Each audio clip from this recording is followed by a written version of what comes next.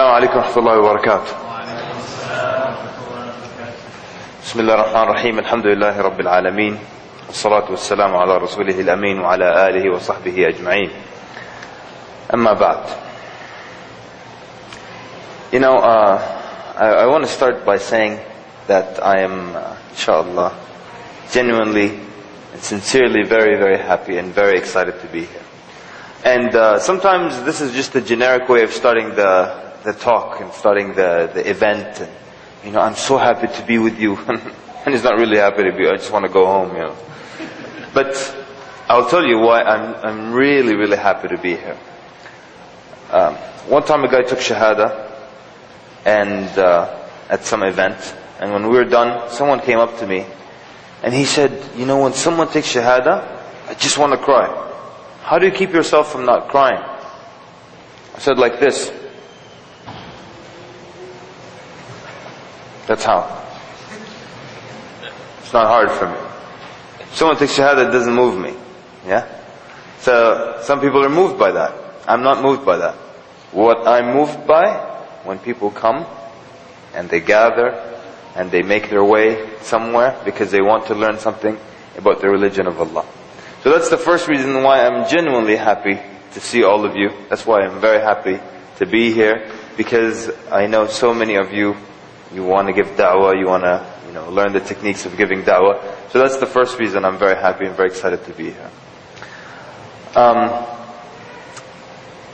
Just a little bit about myself, just so we can get to know each other better. My name is Kamal el-Mekki. Originally, I'm from Sudan. Right now I'm from Virginia, but originally I'm from Sudan. And I just actually arrived from Sudan yesterday. I'm going back when the course is over, inshallah. And, Sudanese people, they're the greatest people on earth, if you're not familiar with them. And we're so good, we're such great people that the Saudis, any Saudis in the audience? Allah. I'll pretend you didn't put your hand up. Saudis are jealous of us. Yes. They're so jealous of us that they made up a lot of jokes about how lazy Sudanese people are. Yeah, sah wala la. But we're not. So they make up all kinds of jokes. And actually, I don't even want to mention these jokes. Like the one about the 4 lazy Sudanese guys, they robbed the bank. So they came back with the money, and they're too lazy to count it. So every 5 minutes, one of them is like, shall we count the money? Later. Another 5 minutes, come on, let's count the money. Later. Come on, let's count the money. One of them says, why should we count the money, huh? We'll listen to the news, we're going to find out how much we got away with. See what I'm talking about? They try to say that we're lazy. They tell you that this lazy Sudanese guy walks into a barber shop. He sits down like this. Barber says, what should I do for you? He says, shave my beard. He says, okay, lift your head up. He says, you know what, just cut my hair. They tell you Sudanese guy was lying out in his bed in the yard, so his wife knocks on the door. He doesn't want to get up because he's lazy. So he calls for his son. Son, open the door for your mother. So he says, Dad, I have exams, I'm studying here. So he tells his daughter, Yabid, open the door for your mother. She says, I'm cooking, I've got stuff to do here. So he found no one else in the house except him. He has to get up, open the door. So he yells out to his wife, I divorce you, go back to your father's house. Now, one time I'm on the plane, on the way to Australia, and the guy next to me, he's a Saudi. He introduces himself. The minute he hears Sudan, he starts immediately cracking jokes about how lazy Sudanese are. I'm like, I don't even know you. But he tells me this joke, but they actually now updated this joke. There's a new version of this joke. The new version is, after he tells her that, she says, okay, I'll open up my purse and take the keys out. So she had the house keys, and she's that lazy. She won't know it. But, of course we're not lazy like that. Yeah? Alright, so, you know what? You know who has taken Rays of Faith before? Sheikh Walid, right? Fantastic, excellent. You know how Sheikh Walid, he has break managers? Yes. I have joke managers. Yeah? So we're going to need 2 brothers and 2 sisters who will be with us, inshallah. And whenever you feel that we need a break, you stand up, or you put your hand up, and I crack a superb joke, inshallah. How about that? How about we pick the joke managers right now? 2 brothers? Excellent. 1, another brother? Other joke manager? There we go. 2 sisters, joke managers? Okay, very good. 1 there, and another one over there. Excellent. And you know what, sisters, I'll tell you in advance, you're not going to like me very much. Because I joke a lot. And I joke about multiple marriage a lot. And I heard that's a sensitive issue here. But I have a solution for you, so it's not a sensitive issue anymore. We're going to talk about that later. I want to tell you a little bit about this course and how we came up with this idea. And who read the introduction? Fantastic. Excellent. The first time I did this course, which is New Jersey, a few days ago, or 20 days ago, I kept saying, read the introduction. I think at the end of the course, maybe 9 people read it. So already we have 11 people who read it. That's great. The reason I insist on people reading the introduction is that you need to understand what you're going to get in this course. And many times da'wah courses, they are, or people expect da'wah courses, they expect it to be where it spoon feeds you on what to say in every possible scenario. Now, as a teaching philosophy, I don't think that's fair to the student. I think it's better to equip the student with their own ability to respond to every refutation and even to every claim or question or even things they've never heard before. We're going to do that, and you're going to see it for yourself. I'm going to present you with concepts that you may have never heard of at the end of this course, and you'll be able to answer them by yourselves because you have the tools. So I want to start out by saying this is what we do, inshallah, in this course. We discuss the tools by which you're able to answer your own questions, by which you're able to formulate your own da'wah response. For example, when you go and buy a hammer from Home Depot, when you buy a hammer, it doesn't tell you how, in every possible situation you can use the hammer in. It's a tool. And you figure out, when you figure out how the tool works, you figure out where you can use it. So you might use it to drive a nail in. Alright? You might use it to, to do something else. You might use it to discipline your child. You become creative. You become creative with that tool. And this is what we're going to do. We're going to go over the tools, and then you can apply it in different situations. And I'm going to show you sometimes where I learned the tool from, and I apply it in something absolutely different that has nothing to do with it. Some of these tools you can use with people, you can even use with animals. We're going to discuss a lot of things. So how did we come up with this idea, and why am I here teaching this course? It started many, many years ago when I was forced to become a chaplain of some university in Virginia. And they had a very good chaplain before me, but the da'wah table was very weak. In about 2 or 3 years, they got about 2 shahadas, or maybe 3 shahadas, in 2 or 3 years. There's about a shahada a year. Alright? This was a da'wah table. It consisted of books and materials and a bowl of candy, and 2 brothers sitting behind the table, hoping people will come and take some material, and people will just come, grab some candy and walk away while these 2 brothers were just talking, chit-chatting with each other. Probably about the importance of da'wah and spreading the deen and all that stuff. So 2 people became Muslim in 2 or 3 years. And then, first thing I wanted to do was kind of revamp and energize the da'wah table. So I put together the first ever version of a workshop. It was about 6 hours long. And we taught it at the school.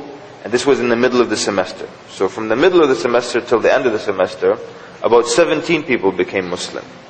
And that included some of the instructors and counselors at the school and so on and so forth. So it was the first indication that you can actually then teach people some ways of giving da'wah and make people into effective du'at without years of them running around the streets and talking to people and so on and so forth. So that was the first thing. So we did that. It was the first workshop, and we saw these results. And then this person called their cousin, and this person called their relative in another state. And so this MSA then invited me for then that MSA, and then so on and so forth. And then it became kind of a worldwide thing. So it's not like I'm not giving the course because I'm the best da'i or anything like that. But I believe that I've put together the best approximation to what might be a quick and efficient way of giving da'wah.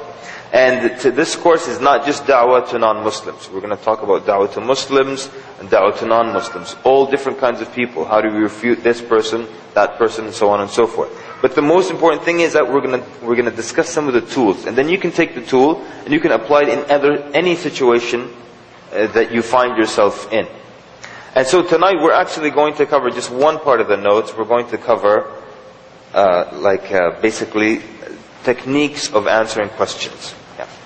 And perhaps then I thought we'll go over the contents of the course together, so you understand what we're going to do. So it's broken up into sections. If you open the table of contents, section 1, we're going to talk about da'wah itself. And we're not going to do that tonight, obviously. And we're going to define what da'wah is. And da'wah, by the way, is, if you want to transliterate it into English, it's kind of what you see there. D-A, if you want to put the apostrophe for the ayn, W-A-H. The H is important. Because if you write da'wah as D-A-W-A, there's a problem there. That's actually now a lie in Arabic, or an allegation, a da'wah here as a lie. So, like from yadda'i, yeah? So they allege or they lie even. So there's one da'iyah, and every time I see his vehicle I feel so bad, because his car, his license plate is da'wah car, D-A-W-A car. And his van is da'wah van. And every time I see it, it's like, the lying mobile, you know. To the lying mobile. Excellent. So, we talked about the ruling on giving da'wah. And we're going to actually support the argument that says da'wah is an obligation upon everybody. Because there's another argument that says da'wah is only an obligation upon certain people. If they do it, then you don't have to do it. That's one opinion. But we're not going to take that opinion. We're going to see that the evidence, inshallah, is much stronger on the other side.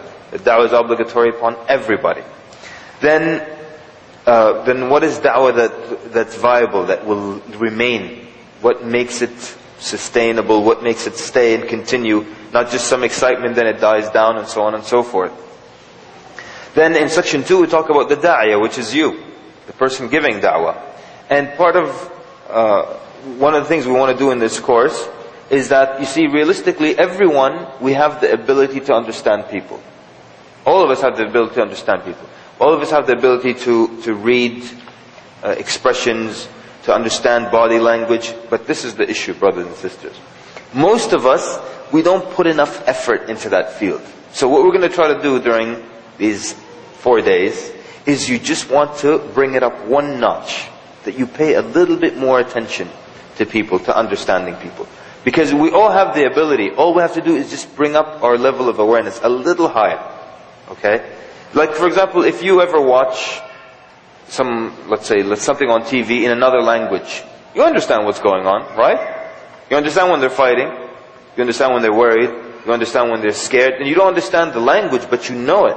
Because because you don't understand the language, you pay close attention to expressions, to voice inflection, and you understand what's going on. So we also have the ability to understand each other, but most of the time we don't put enough effort into it. And so all I'm going to tell you is you just need to kick it up one notch, just bring it up one notch, and you'll be able to understand people. You'll understand why they're asking certain questions. You'll be able to understand why they behave in a certain way. And then we'll have certain things. Certain things will bring up a red flag. For example, a brother says something strange, or a brother does something, the same strange thing every other day, or he keeps saying the same strange thing to every other person that he sees. There's something behind that. Yeah. So we just want to bring it up, like I said, one notch, try to understand people a little better. And that's going to happen, inshallah, by the end of this course.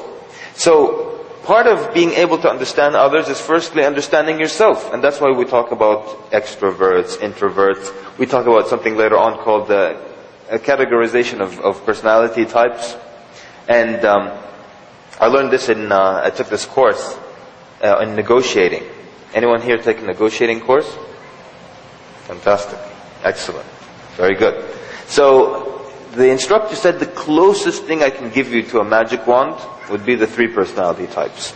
Now, we're just going to go over it for what it's worth. And actually, there's not a single question in the exam about the 3 personality types. But the reason it's there is that you can use it for da'wah. And we're going to discuss how you can use it for da'wah. You know what? Everything is da'wah if you're in da'wah mode.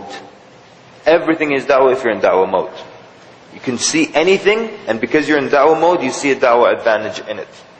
Just the other day I read an article about some research that was done by a doctor in Austria, if I remember correctly. It was about picking your nose. Yeah? It's about, it's true research. This doctor in Austria, he says that it's actually very good for your health to pick your nose and eat it. And he says that it's when it's dry, yeah, eat it, he says. It's actually very good because I love disgusting things. You'll also discover that as we move along.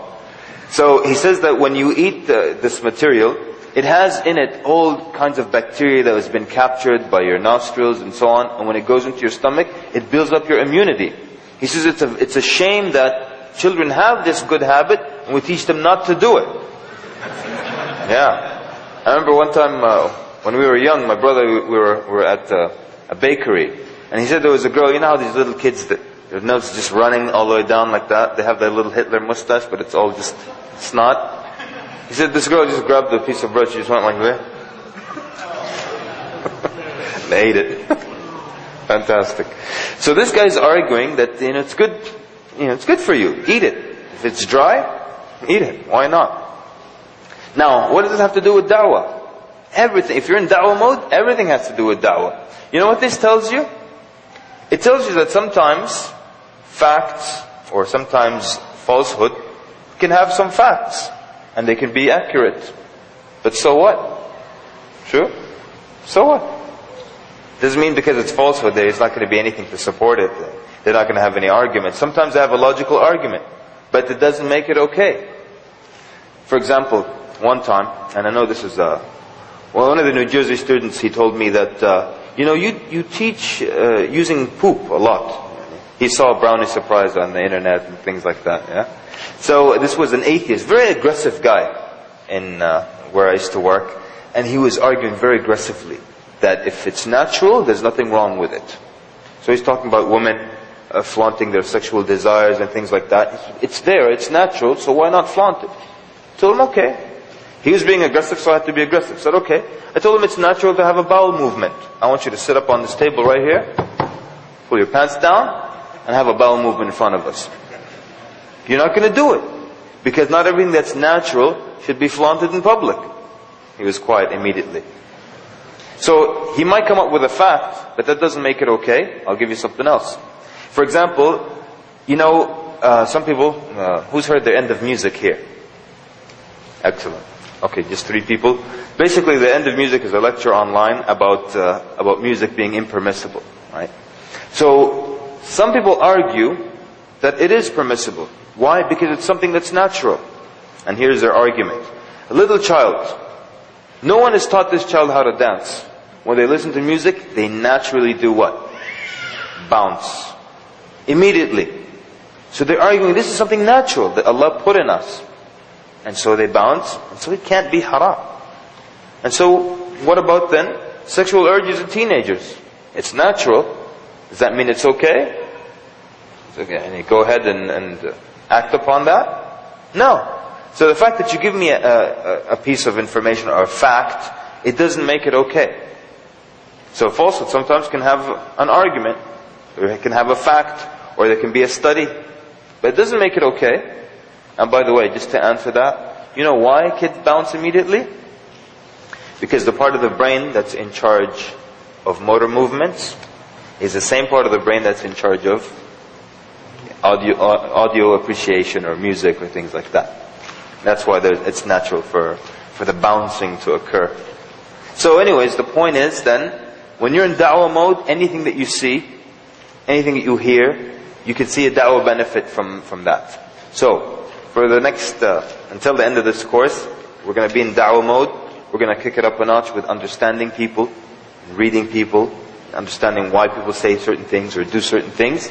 And that's going to make a huge difference for us. And that's why, in order to understand people, first you understand yourself. So we talk about extroverts, introverts. Any salespeople in the audience? Anyone sells cars here? Okay. Okay, very good. 2 people. I'm going to call on you a lot, inshallah. You're going to prove some points for us here. But I'm sure some of the people in your business very snaky, right? Some snakes in your business, right? Now, car salesmen, they understand a lot of psychology as well. You know that if you're extroverted, how they sell you the car? They keep telling you about how people will react when they see you in the car. They say that to you because you're extroverted. So they tell you, when you park this thing in front of your driveway today, your neighbors are going to go crazy. People are going to look and say, what's this? And people are going to want to talk to you because of this car. That's how they sell you the car, based on your personality. If you're introverted, they tell you what the car will do for you. And I'll tell you an interesting statistic. They tell you that 96% of people who go to buy a new car, they end up not buying the car that they wanted. 96% of people. 96% of people who buy a brand new car, they buy a model they didn't want, they buy a brand they didn't want, the size of engine they didn't want, the color they didn't want. What does that tell you? It tells you that the salesperson can influence them that much. That much. And that's why they're so used to manipulating people. Well, of course, with the exception of our two brothers in the audience. They're so used to manipulating people that they don't listen to you. They don't care anymore. You know, I went to a dealership one time. I told the guy, now look what I asked him. So show me a sedan, Japanese, for under $10,000. You won't believe what he showed me. Okay? He showed me some ugly American SUV, some kind of Jimmy or Blazer. I can't stand those cars, with all respect to those who have a Blazer. Yeah. So he showed me a Blazer. So that's an SUV. And it's American, and it was for $12,000. It's just exactly the opposite of everything I asked him for. You know why? He doesn't care. He's so used to making people buy what he wants to sell. So he wasn't even listening to me. He's like, I'll make you buy this. Sometimes you hear these horrific stories about people coming in and then just totally being ripped off. And some stories are incredible. And you wonder, what's wrong with these people? How could they do that to someone? The other person, how could they allow someone to manipulate them that much?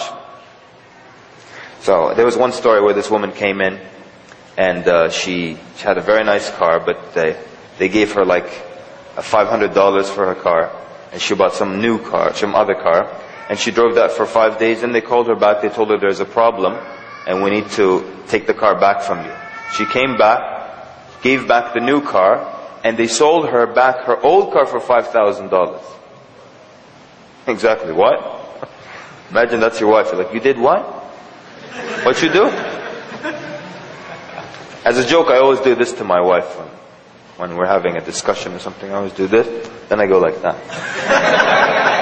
But my wife, she doesn't mess around. She's like, come on, hit me. Come on. Okay.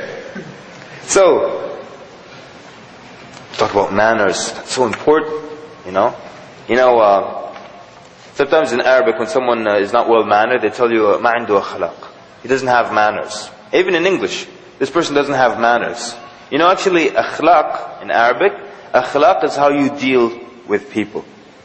That's what it means. Akhlaq is the way you treat and you deal with people. So, you can't not have akhlaq. Everyone has akhlaq. But some people have good akhlaq, some people have bad akhlaq. There's no such thing as he doesn't have manners. I mean, how can someone not have any manners? Probably someone that doesn't exist. Doesn't have any manners at all.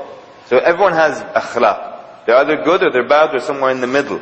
Because manners or akhlaq in Arabic is how you treat people. So you either treat people well, you don't treat people well. If you don't have any manners, you probably don't have anyone around you. You're probably dead or something, or live in the desert, something like that. So that's section 2, talking about the da'iyah. Section 3, we talk about the mad'u, the person that you're calling to Allah, because you need to understand that person. And here it means Muslim or non-Muslim. Muslim or non-Muslim. Because people have different issues, people have different questions. Yeah? I'll tell you this is a very simple one. It's a true story. One time someone came up to me, pulled me aside a little from the crowd, and listen to the wording now. He said, I just want to check. Is weed halal? And he's doing this to me. What do you think? What do you think is going on there? It's quite clear, right? First of all, look at the language. I just want to check. And just in case this is not right. Yeah? Is weed halal? And usually Muslims don't say, is this halal? They say, is this haram? But he's saying, is this halal? He wants it to be. And he's nodding. Yeah? Is weed halal? And then a dead giveaway when I said, of course it's haram. He went like this. He's probably thinking, last night. Haram?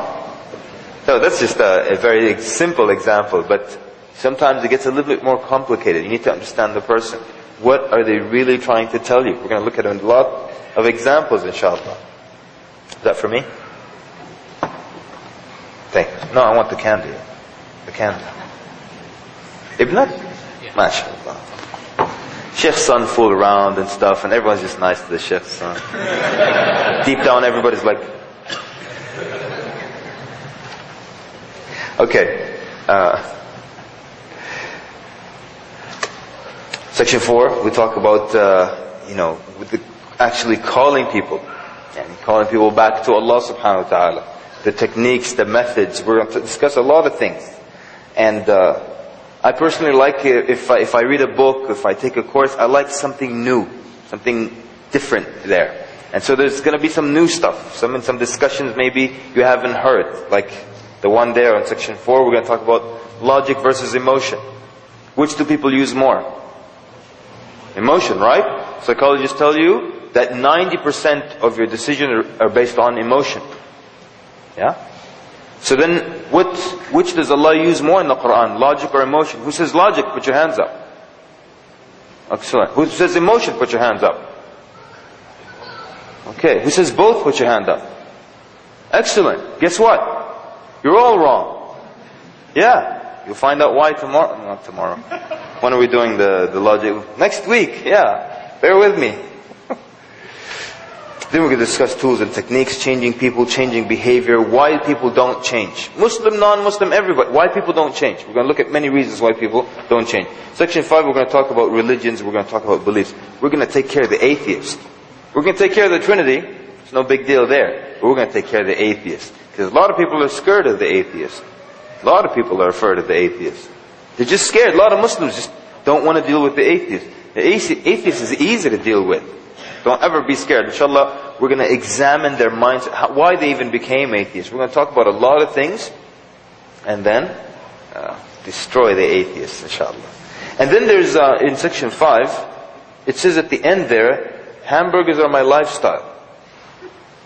What is that section about, you think? Anybody? Yes, sir. Close, but not. What does it mean, hamburgers are my lifestyle? Anyone want to guess? Naam? No, we're actually going to talk about homosexuality there. Why do I call it hamburgers are my lifestyle? Well, one reason is that when Al-Maghrib headquarters looked at my outline, they said, if you're stopped at airports and people see this, they might think you're spreading hatred against gays and everything. So I said hamburgers are my lifestyle. Because the truth is, that's what homosexuality is. It's a desire. And a desire is never a lifestyle. True? So I desire, this is true, so I'm not making this up. I desire hamburgers. I desire hamburgers all the time. I'm happy to be in California because you have In-N-Out Burger, which is my favorite. They're the best. So I desire hamburger all the time. You can wake me up at 2 in the morning, give me a hamburger, I'll just eat it. I love hamburgers. But I don't walk around saying that's my lifestyle. You like fried chicken, it's not your lifestyle. It's a desire. Since when did desire your entire lifestyle? It's not. So we're going to look at the truth. What is really, what's behind those people with the loose limbs and the ligaments and stuff? What's their issue? I'm going to talk about that. You know what, my gay story goes like this. You know what a gaydar is? Yeah? It's your radar, your ability to detect a gay person. And some people have very strong gaydar. Who has a strong gaydar? Put your hands up. Fantastic. Okay, just one person has strong gaydar around here? So basically, I'm sure the minute you just take one look, he's gay. Immediately, right? Excellent. My younger brother is like that. Just one look, he's gay. Now for me, my gaydar is like broken. I'm giving dawah to this guy in the streets in DC. And I work him up to the shahada, right? So I ask him for the shahada. He says, I can't. My lifestyle won't allow it. I said, what is this guy talking about? He said, look man, I don't know what you mean by that. We already agreed, you agreed on everything, you have the ingredients to become Muslim. Why walk away non-Muslim? I work on him again, ask for the shahada one more time. He says, I can't. My lifestyle won't allow it. I said, listen man, I've been doing this for many, many years. No one's ever said lifestyle to me. You keep saying lifestyle. What is your lifestyle? He said, I'm gay. And only then, when he says I'm gay, do I suddenly realize a lot of things. And here I am talking to you about being perceptive and stuff. Suddenly I realized he's wearing a pink t-shirt. And he's got the gay sleeve going on. You know what the gay sleeve is? The sleeve isn't here, and it's not here either. It's like that. You know what I'm talking about? That weird gay sleeve thing.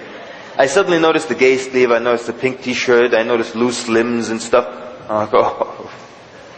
So at that point, we didn't know how to deal with it. We just kept staring at him like that. And I was tempted to. I mean, even now I'm tempted to make a joke about him taking shahada but praying in the front row, but I'm not going to make that joke.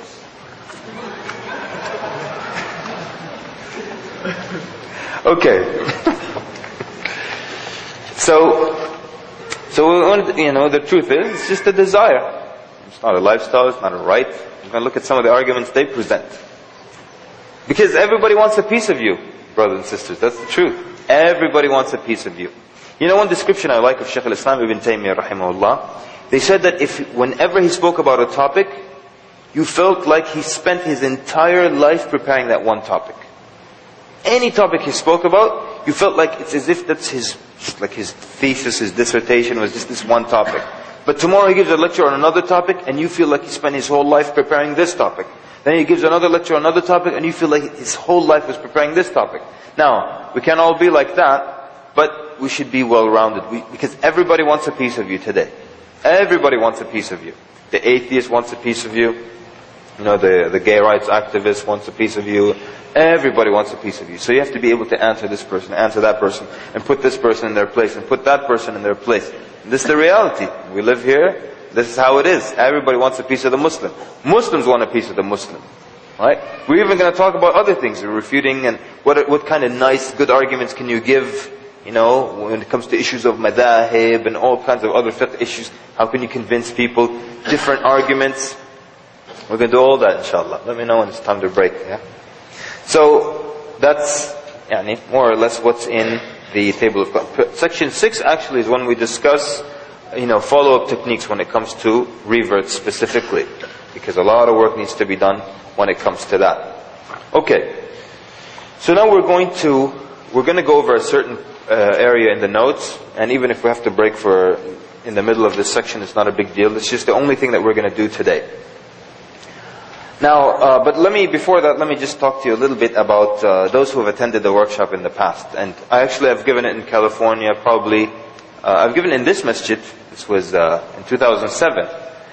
I gave a 6-hour version or workshop. It was called How to Give or to Get a Shahada in 10 minutes. I was going to say 6. Yeah. So how to give a Shahada in 10 minutes. This was the workshop that I was talking to you about in the beginning. This is a lot more than that. It will have some of those techniques incorporated. But this is 4 days. It's not just a 6-hour workshop. Yeah. But what about that 6-hour workshop? For those of you who are not familiar with it, who has attended that before? Excellent. Good. Not too many people. That's good. So, the Shahada workshop, basically, I've been teaching it for the last 6 or 7 years. And there are many who have attended it and they've become superb du'at. There's actually a brother in Toronto who heard it online. And he started a da'wah team, and he brought, by an early count, I don't know what the numbers are today, he brought 160 people to Islam. And he retained 95% of them remain upon Islam, which is very, very high. So of his 160, 95% remain upon Islam. I got an email from a brother in Saudi Arabia who's doing da'wah to the non-Muslims there. This was like many years ago, maybe 5 years ago or something. And he heard it online as well, and at that point, 53 people had become Muslim from the foreigners working in Saudi Arabia. I got an email from someone in the UK, and he heard there's a 5-hour audio version of it, so it's 5 CDs. He heard the first 2.5 CDs online. This is what his email he sent me. He says, then he paused it to go out and get dinner. He says, on the way I saw a non-Muslim, so I said something from the workshop. So he gave an expected answer that was mentioned in the workshop. I gave him another answer from the workshop. He says the guy took his shahada. So he writes in his email, he says, I only listened to half the workshop and I got a shahada. What happens when I listen to the whole thing?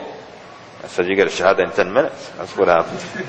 Of course now that title, it's not a guarantee, right? It's just a marketing title. Interesting title. But a lot of times people get upset and Muslims come angry at me. How dare you? And sometimes even reverts come angry. It took me a year. You talk about 10 minutes. I'm like, yeah, it took you a year. It doesn't have to take everybody a year. We've done it in 10 minutes. You know, I used to talk about this story of passing out pamphlets. I gave a guy a pamphlet. So, this is a Million Family March in DC. We're passing out pamphlets all day. I'm walking this way, he's walking the other way. I give him a pamphlet, I keep walking. I turn around, he stopped, he's reading it. What should I do? What do you think? Now? Go back. Why should I go back to him? But what made you say go back to him? Why? Excellent. Because he's reading. Excellent. Because he's reading and he stopped. All day you give someone a pamphlet, just take it, they keep walking. This man stopped. So as a da'iyah, you read these signs. So, he stopped, there's something there. I just walked back to him. I still haven't said a word. When I got there, he said, okay, what do I do now? I said, for what? He said, to become Muslim. I said, you know that it's serious and you can't leave. And he said, yes, I know all that. What do I do? He took his shahada right then and there. It wasn't even 10 minutes, it wasn't even 10 seconds. Gave him the pamphlet and he wants to become Muslim. I'm that good, by the way. No, it has nothing to do with me. And it could have been anyone else in this audience. It's just that Allah subhanahu wa ta'ala put you at the right place at the right time. Maybe this person's been searching for months. Maybe he's been reading. Maybe he read half the Quran already. Maybe this was just the last straw. That he's been thinking about Islam and suddenly a Muslim gives him a pamphlet and he took it as a sign maybe. You know? So, it's possible. And there have been a lot of people who have taken the course and they've become excellent du'at and they've had great results and so on and so forth. One time a 15-year-old took the workshop. This was, like I said, the 6-hour version. And next day his best friend became Muslim. And he even writes, he says that he's better than a lot of Muslims now, you know. So, it's possible. So, what I'm trying to tell you is that the short version worked so well for so many people, and there's so many success stories, but alhamdulillah. What happens with the full version? Inshallah khair happens. I'm not going to say, give you minutes or anything like that. Okay, so we're on page 62 of the notes. We're going to discuss, that's all we're going to do tonight. 9, if we can get to the 9, or 6 actually. 6 techniques of answering questions. Okay, why this section specifically? I'll tell you. First of all, that a lot of Muslims think their job as a da'iyah is just to answer questions. You talk a little bit about Islam, any questions, and then the guy starts to ask you all kinds of ridiculous questions, and you just answer. And you just answer. And of course you have to acknowledge all questions as intelligent questions, and then respond. And so, sometimes what happens is, you might be in a bad place here. So for example, the first question. Why does God need us to worship Him? See that question? And it's a common question. Why does God need us to worship Him? Don't start answering this question. Because if you start answering it, no matter how you answer it, you're wrong. True? No matter how you answer. Because Allah says in the Quran, وَمَا خَلَقْتُ الْجِنَّ وَالْإِنسَ, you're wrong. Because Allah is so great and so magnificent that He's deserving of being worshipped, you're wrong. Why? What's wrong with the question? Look at that question. Why does God need us to worship Him? And the truth is, Allah does not need us to worship Him. If you don't fix the question first, no matter how you answer it, you're telling them, this is why Allah needs us to worship Him. So first thing you have to do is, fix the question. Number 2, can God create a 4-sided triangle?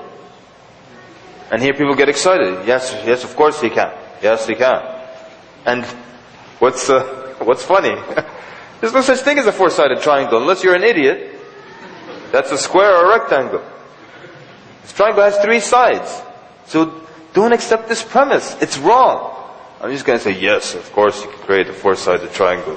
He can even make it 15 sides. In your eye also He can create it. No, Habibi. There's no such thing as a 15-sided triangle. It's not a triangle anymore. Well, why should I accept this premise? Number 3, an atheist asks, this one is more tricky. What is it about the Quran that makes you so sure that there is a God? What is it about the Quran that makes you so sure there is a God? Now, I was asked this question recently by 2 atheists. And they kept repeating it. I didn't know how to answer this question. I just found it difficult to answer. And then I realized why I found it so difficult to answer. Because, I didn't know where to start. Because they're starting from the wrong platform. They're assuming there is no God, so what's your proof there is? But I'm saying there's so much evidence in the Qur'an. Where do I start? Is it from the science? Or is it from the knowledge of the future? Or is it from the grammar in the Qur'an? Or is it from all the perfect solutions to problems? Or is it from just the life of Muhammad ﷺ that's proof that he was a genuine prophet of Allah? Where do I start? But he's assuming that he's right, and so what's your proof? Yeah? So it says there in the notes, no matter how well you answer question number 1, you will always be affirming that God needs us to worship Him. You need to fix the question first before you proceed. So the rule is, do not immediately accept the person's premise, or you may be at a disadvantage. I think everyone sees how that applies now. All kinds of ridiculous questions will come at you. You know the one about the rock, right? Can God create a rock that is so big that no living thing can move it? And immediately your answer is, yes. And then they say, can God move it? And if you say yes, you're in trouble, because that means He cannot create a rock that is so big that no living thing can move it, if He can move it. And if you say no, He can create a rock so big that He can't move, so you're in trouble. So the best answer to it is, I think that's coming up. We'll come back to it. Okay, so the first technique of answering questions, I call it the flip side of the argument. Okay, you give the opposite side and it makes it clear to people. You flip it around and it becomes clear to people why, first of all, why the question is wrong, for example. So you get them to think of the opposite of this argument, and you get them to understand why their question is incorrect to begin with. So, question A, why do Muslims grow their beards? And actually a non-Muslim once asked me this question. He used to work at a company where there were many Muslims. He noticed the Muslims had beards. So he asked me, I want to ask you, why is it that Muslims always grow their beard? And my answer was, I understand why you're asking me that question. Meaning, considering the environment in which we live. I said, but I actually don't grow it. It comes out by itself. True or false? It's not like I wake up and put some manure and go outside in the sun. Check, is it growing? Is it growing? It just comes up by itself. So I told him, because what is natural is when a male matures, he develops facial hair. I told him, if you ask a child now to draw the face of a man and the face of a woman, the child will naturally add facial hair to the face of the man. Because when a man develops, he naturally produces facial hair. So what is natural is for your hair to grow out. But what is not natural is to insist every morning on removing every stubble of hair and cutting yourself in the process and putting the cologne and sticking the little tissues, all so you can say, like that guy in the Gillette commercial. Yeah. So when I said this to him, guess what he said? Because I could have told him it's the way of all the prophets of Allah and all the prophets had beards. But you know what? When I said that to him, you know what he said? He said, you know what? I never thought of that. I shouldn't ask you why you grow your beard. You should ask me why. So, what happens here? We're using this technique. You flip the question around and suddenly they understand what's so clear about it. Why are Muslim women covered? That's the second one. And this is a true story. There was a sheikh giving a lecture. It was a room where men on the right, women on the left. And then a non-Muslim woman came in, very angry, yelling out loud in the middle of this event. She's pointing at the Muslim woman. Why are they covered? And you know what they mean, right? Muslim women are covered, they're oppressed, yeah? Everyone else is covered, it's okay. The nun is covered, it's because she's, keeping herself pure. But the Muslim woman is covered because she's oppressed. So she came in angrily yelling, why are they covered like that? So the speaker said to her, he's getting to flip it, flip the flip side. He said, well, I see that you're covered also, and you're clothed, but you were born naked, why are you covered? So she said, modesty. He said, well, modesty? More modesty. Khalas. It makes sense. If covering is modesty, That means the more you cover, the more modest you are. You know what? You can flip it around more, but I don't recommend you ever use this, yeah? But the argument is that if you're covered, that means you're oppressed. That means the more uncovered you are, the more liberated you are. So you could, essentially, you could tell a woman, well, I see that you are not fully liberated at the moment. Why don't you liberate yourself some more? You're not going to use that, yeah? But that would be the same thing. Well, you're not fully liberated either. You know? When you're totally liberated, then come talk to me. We can discuss. So, the Quran is created and not the word of Allah. And this is what those of you who know the biography of Imam Ahmad and the fitna and all that, the mihna. This was the argument of the people who are like the Mu'tazila. They're saying that, and see, look, when you hear their argument, it sounds like they're trying to respect Allah. But when you flip it around, it becomes a problem. And that's how he defeated them in many debates. He flipped it around on them. So they said that Allah is qadim, and ancient, that He's been there for a long time. And speech is something renewable. So it's not befitting that Allah subhanahu wa ta'ala, being al-qadim, He has a renewable attribute. And people speak. So how can people speak and Allah speaks? And the ayah says in the Quran, لَيْسَ كَمِثْلِهِ شَيْءٍ. There's nothing like Him. So how can people speak and Allah speaks? So they concluded, Allah doesn't speak. So He got them at one point, He flipped it on them. You're saying that because people speak, Allah can't speak. So then He said, do you have knowledge? The man was quiet immediately. Because if you have knowledge and Allah has knowledge and nothing is like Allah, that means either you don't, if you have knowledge, Allah doesn't have knowledge. And actually one of them at some point in the debate, he said, yes, at some point Allah didn't have knowledge. So Imam tells him, kafart. You've become a disbeliever. So then the guard, there was a guard, just an ignorant person standing. So he got angry. He says, how could you say that to the messenger of Amir al-Mu'mineen? Because he was sent by the Khalifa. So how could you say that to him, that he is not a Muslim? So Imam Ahmad tells this simple guard, he's saying that Allah had no knowledge until He created His knowledge. And how could Allah create His own knowledge without having any knowledge? And he says, in the narrative says, the guard then angrily looked at the other guy. How dare you? So he flipped it around on them. Yeah? So, flipping the argument around. Sometimes people tell you Allah is not on His throne. Even until now, Muslims, they'll be amongst us and they pray with us. They'll say Allah is not on His throne. Now look how they make it sound respectful. If you say Allah is on His throne, you are physically limiting Allah. You see this word? It makes the Muslim guilty. You are physically limiting Allah if you say He's on His throne. Don't physically limit Allah. Where did you get this term from, physically limiting?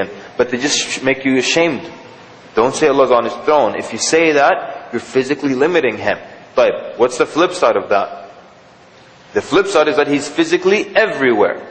And these people until now, they never answer the question, is He in the bathroom? They stay quiet. Is He in the church? They stay quiet. Is He in other places that you wouldn't be caught dead in these places? They're quiet. Is He in the bar? They're quiet. So, if you don't want to say He's on His throne, and by the way, Allah said He's on His throne 6 times in the Quran. He's on Ar-Rahman al-Arsh istawa. He's on His throne. So if He's not on His throne, then the flip side of your argument is worse. He's everywhere. And that's why many Muslims historically have gone astray concerning this issue. And even wrote poetry saying, وَمَا الْكَلْبُ وَالْخِنْزِيرُ إِلَّا إِلَهُنَا. And the dog and the pig is nothing but our God. How can a Muslim say that? Could you believe a Muslim would say, the dog and the pig is our God? You wouldn't believe that, right? But they did. Why? Because it started off with this concept. Initially trying to respect Allah, but the flip side of it was worse than what they were trying to avoid in the beginning. Because now, the pig takes up space, the dog takes up space, and if God is in everything, then He's inside, تَعَالَى اللَّهُ عَنْ ذَلِكَ عُلُوًا كَبِيرًا. Allah is far removed from that. Then He's inside this space. And they said even the monk in the monastery is our God. One of them, instead of saying Subhanallah, said Subhani, Subhani. Yeah? Because I'm God, God's in me. That's why a lot of these deviant groups, they respect and they treat people very nicely. Why? Not because of akhlaq, because God is in them. They believe that. They believe Allah is in you. So if I hit you, I'm hitting Him. So I have to be nice to you. That's why they're nice to people. So they got in more trouble by trying to avoid something simple. The flip side was worse here. Why do bad things happen to good people? That's a question you get many times from Muslims, from non-Muslims, mostly from non-Muslims. He said 5 minutes for salah. Naam? 2 minutes for salah. Why do bad things happen to good people? Who can flip that around for us? That will stop for salah. Why do bad things happen to good people? Okay, why do good things happen to bad people? I like that. That's a good flip. There's another one. It gets people to think. And you're worried, why do bad things happen to good people? Why do good things happen to bad people? No, nothing good should happen to them. What's another? You can flip it around by saying, well, how much intervention do you want? And if there's a good person, nothing bad should happen to them at all. They're about to slip, suddenly there's a big feather pillow underneath them. They're falling off a ladder, there's a big pillow, a big mattress under them. Posturpedic even, not just any mattress. Naam? So now you look at it from another angle, from patience, from the will of Allah Azza wa Jal, from the tests in this life and so on and so forth. But you just flip it around. Would you want God to intervene in everything? So if you're a good person, nothing happens to you, never get scratched, never fall, nothing breaks. How much intervention do you want in life? Okay, we'll stop here. We'll continue inshallah after salah. Jazakumullah khairan. Sallallahu mubarak ala Muhammad. Wassalamu alaikum wa rahmatullahi wa barakatuh.